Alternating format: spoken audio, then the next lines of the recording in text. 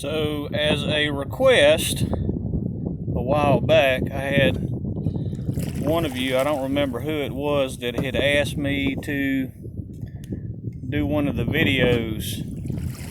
I'd done a short one before of when I'm out on the water. And this is a really good, probably one of the better times to do a video on this. First, let you take in the scene at the lake, one of the surrounding lakes that I go out in. And this is the time that I use to reflect and do a lot of self-reflection and reflection on the Word. And I use this time to try to understand what the Lord wants to tell me. And I think today's a good day because, and on this particular area of the lake I've chosen, because I'm going into the wind. And everything I've taught you about storms and the wind. So one of the biggest things you can ever really begin to try to do is understand what the waters actually represent in Scripture. And of course, one place to go to is the most important, is what was shown to John in Revelation chapter 17, verse 15, that the waters are the peoples, nations, multitudes, and tongues. But also as it relates to Job 41, about the Leviathans, the serpent of the deep, of the waters, and everything about how they like to stir you up. Now, I'm not in a storm. It's actually not too bad of a day on the lake, but I'm going into a headwind. Realize that I'm facing into a headwind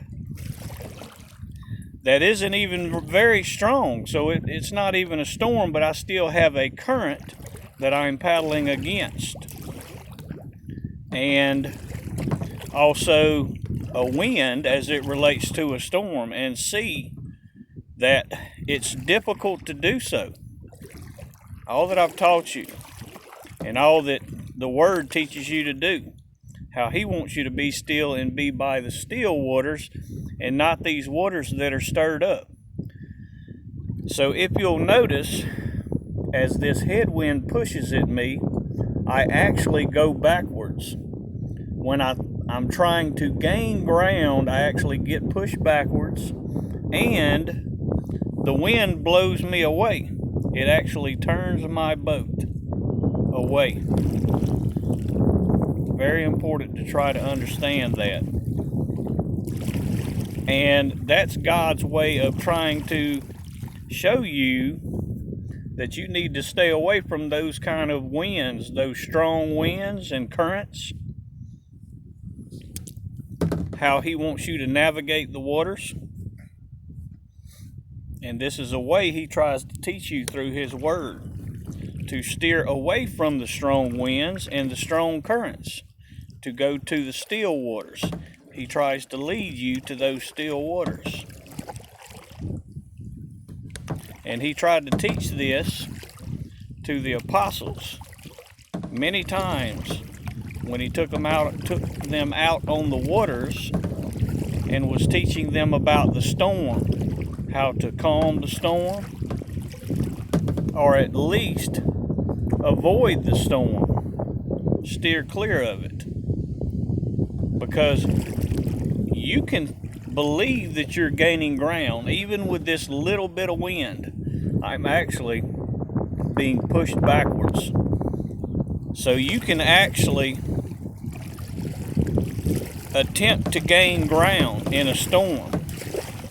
And you may even believe at times that you're gaining ground when you're trying to go against the storm, when in fact you will not be gaining any ground. You'll just be actually going backwards. All the works, everything that you do, will actually be pushing you backwards. You will not be gaining any ground at all. You'll actually be losing ground. So this is what He teaches. about the still waters and being sheltered from the storm. So I'll just let you take the scenery in a little bit. This is one of the nice lakes, quiet, peaceful lakes that I go to. Very little traffic.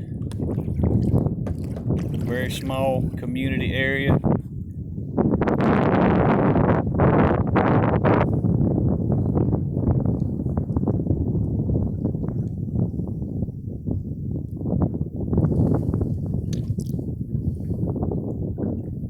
And another thing,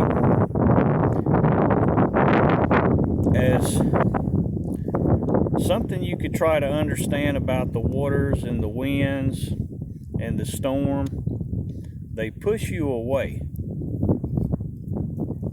That's another thing, they will push you away.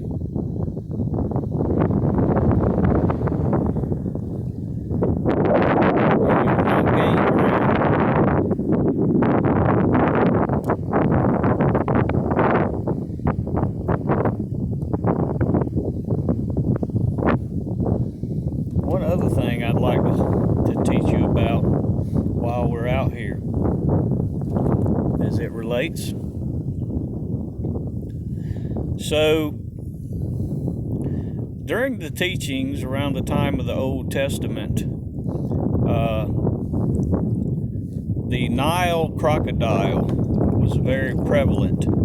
It was strongly regarded as a serpent, similar to the Leviathan.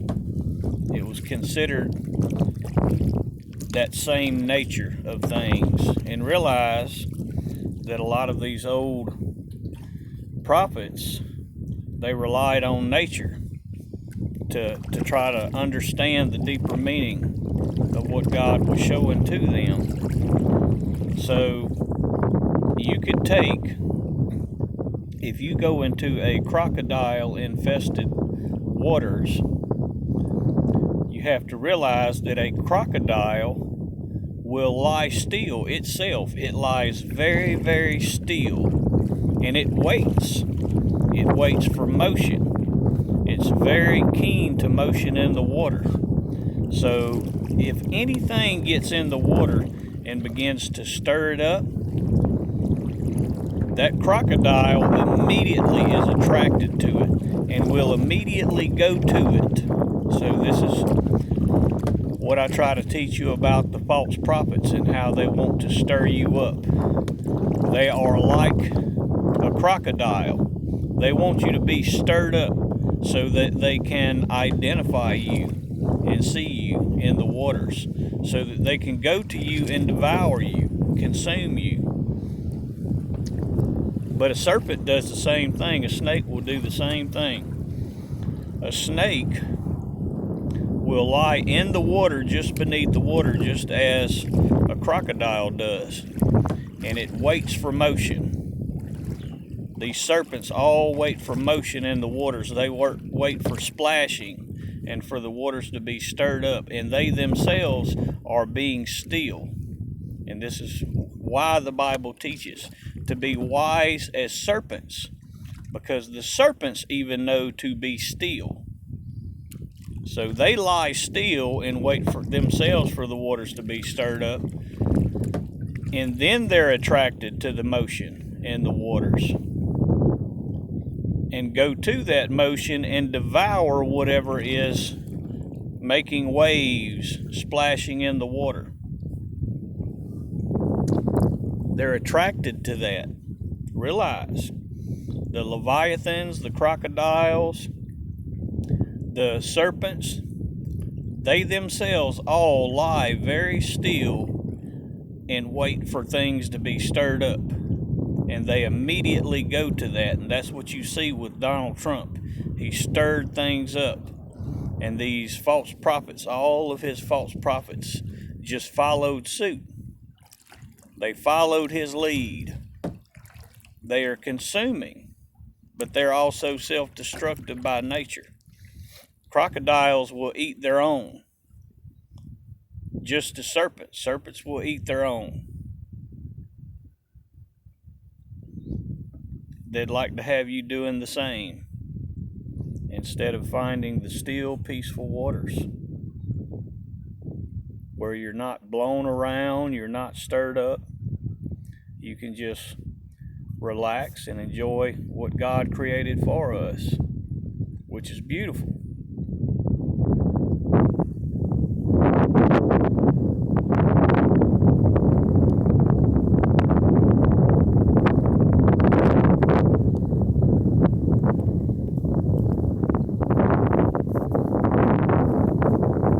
So that's just a little short video that was requested. I'm going to do this as a request. Me out in my kayak, enjoying God's creation, the Creator's creation, in all its magnificence.